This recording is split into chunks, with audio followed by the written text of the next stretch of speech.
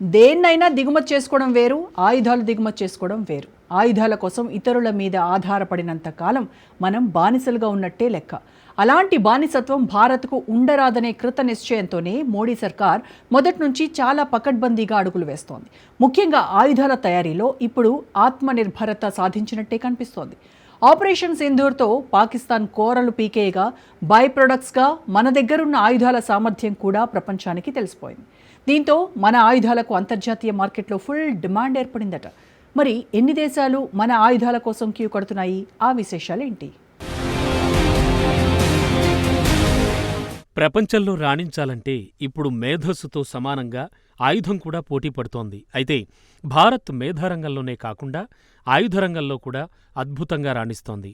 భారతదేశం ఒకప్పుడు ఆయుధాల కోసం, యుద్ధ సామాగ్రి కోసం ఇతర దేశాల మీద ఆధారపడుతూ ఉండేది. ఇప్పుడు ప్రపంచ రక్షణ రంగంలోనే ఓ శక్తిమంతమైన ఆటగాడిగా అవతరించింది. రక్షణ శాఖ సహాయ మంత్రి సంజయ్ సేథ్ అహల్యాబాయి హోల్కర్ 300వ జయంతి వేడుకల సందర్భంగా ఓ కొత్త విషయాన్నొకటి ప్రకటించారు.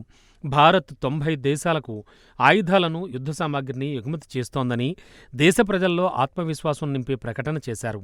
ఇక భారత నౌకాదళం 75% స్వయం సమృద్ధిని సాధించిందని కూడా అనౌన్స్ చేశారాయన. ఈ విజయం భారతదేశం అమలు చేస్తున్నటువంటి ఆత్మ నిర్భర్ భారత ప్రణాళికకు నిదర్శనం అంటున్నారు. గతంలో ఆయుధ దిగుమతులపై ఆధారపడిన భారతదేశం ఇప్పుడు స్వదేశీ పరిజ్ఞానంతోనే ఆయుధ తయారీలో గణనీయమైన పురోగతిని సాధించింది. 2023-24 ఆర్థిక సంవత్సరంలో దేశ రక్షణ ఎగుమతులు 21,083 కోట్ల మొత్తాన్ని దాటి 32.5% వృద్ధిని నమోదు చేయడం విశేషం. ఇది 2013-14తో పోలిస్తే 31 రెట్లు పెరిగింది. ఈ విజయం వెనుక కారణాలు చాలా ఉన్నా స్వదేశీ స్ఫూర్తి ప్రధాన కారణంగా చెబుతున్నారు. మేక్ ఇన్ ఇండియా కార్యక్రమం ద్వారా స్వదేశీ రక్షణ ఉత్పత్తులను భారత్ ప్రోత్సహించింది. బ్రహ్మోస్ క్షిపణులు, Akash air defence system, Tejas light combat aircraft, advanced టోప్డ్ ఆర్టిలరీ గన్స్ వంటి ఉత్పత్తులు ప్రపంచవ్యాప్తంగా గుర్తింపు పొందాయి. ఈ ఉత్పత్తులు Australia, Vietnam, Germany, Indonesia, Israel, America వంటి 90 దేశాలకు ఎగుమతి అవుతుండడం విశేషం. మరోవైపు రక్షణ ఎగుమతులను సులభతరం చేయడానికి నిబంధనలు సడలించారు.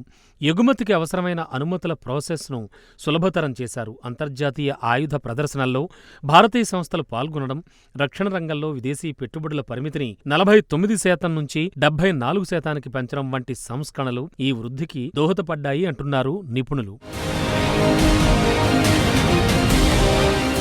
ఇక భారత నౌకాదళం 75% స్వయం సమృద్ధిని సాధించడం మరో విశేషం. ఇది దేశీయ యుద్ధ నౌకల నిర్మాణంలో భారత్ సామర్థ్యాన్ని ప్రపంచం కళ్లక్ కట్టింది. తపస్య, స్టెల్త్ ఫ్రిగేట్ వంటి స్వదేశీ యుద్ధ నౌకలు ఈ పురోగతికి ఉదాహరణలుగా చెబుతున్నారు. 2024-25లో రక్షణ ఎగుమతులు 23,622 కోట్లకు చేరడం గమనించాలి. ఇది 12.04% వృద్ధిని సూచిస్తోంది. రక్షణ మంత్రి రాజ్నాథ్ సింగ్ ఇటీవల 2029 నాటికి 50,000 కోట్ల ఎగుమతి లక్ష్యాన్ని సాధించగలమని ఆశాభావం వ్యక్తం చేయడం గమనించాలంటున్నారు విశ్లేషకులు. మరోవైపు భారత్ ఇటీవలే 4వ అతిపెద్ద ఆర్థిక శక్తిగా అవతరించింది. $4 ట్రిలియన్ ఆర్థిక వ్యవస్థతో జపాన్ను వెనక్కి నెట్టేసి దూసుకెళ్తోంది. 2027 నాటికి దేశం 3వ అతిపెద్ద ఆర్థిక శక్తిగా మారుతుందని అనేక ఆర్థిక సంస్థలు అంచనాలు వేస్తున్నాయి. ఇటు రక్షణ రంగ బడ్జెట్ 6,85,000 కోట్లకు చేరింది. ఇందులో 75% నిధులను సైనిక రంగంలో ఉత్పత్తుల ఆధునికీకరణ ప్రక్రియకు కేటాయించారు. ఇది దేశీయ రక్షణ పరిశ్రమలకు ఊతమిస్తోంది. ఇక 2023-24లో ఆయుధ ఉత్పత్తి 1.27 లక్షల కోట్లకు చేరడంతో ఇది దేశీయ తయారీ సామర్థ్యంలో గణనీయమైన పెరుగుదలను సూచిస్తోంది. మరోవైపు ప్రైవేట్ రంగంతో పాటు డిఫెన్స్, పబ్లిక్ సెక్టర్ యూనిట్స్ గణనీయంగా తమ ఎగుమతుల్ని పెంచుకున్నాయి. ప్రైవేట్ రంగంలో ఉత్పత్తుల విలువ 15,000 కోట్లకు పైగా ఉండగా డిపిఎస్లో ఉత్పత్తుల విలువ 8,000కు పైగా పెరిగింది. అటు రక్షణ ఆర్థిక వృద్ధితో పాటు భారతదేశం సామాజిక సంస్కరణల్లో కూడా గణనీయమైన పురోగతి సాధించింది. సైనిక స్కూళ్లలో మహిళలకు ప్రవేశార్హత కల్పించారు. దీని ద్వారా మహిళలు సైన్యంలో చేరే అవకాశాలకు మార్గం సులువైంది. వారి సంఖ్య క్రమంగా పెరుగుతోంది. ఇక 2029 నాటికి పార్లమెంట్లో, రాష్ట్ర అసెంబ్లీల్లో 33% మహిళా రిజర్వేషన్కు అవకాశం ఏర్పడింది. ఇలా మహిళలకు రాజకీయ భాగస్వామ్యం గణనీయంగా పెరగబోతోంది. ఇటీవల చేపట్టిన ఆపరేషన్ సింధూర్ విజయవంతం కావడం జాతికే గర్వకారణమైంది. ఈ ఆపరేషన్ భారతదేశ ఉగ్రవాద నిరోధక సామర్థ్యాన్ని, జాతీయ భద్రతపై రాజీలేని పంతాన్ని, పట్టును ప్రదర్శించినట్లయింది. 140 కోట్ల మంది భారతీయులందరికీ కూడా గర్వకారణంగా నిలిచింది.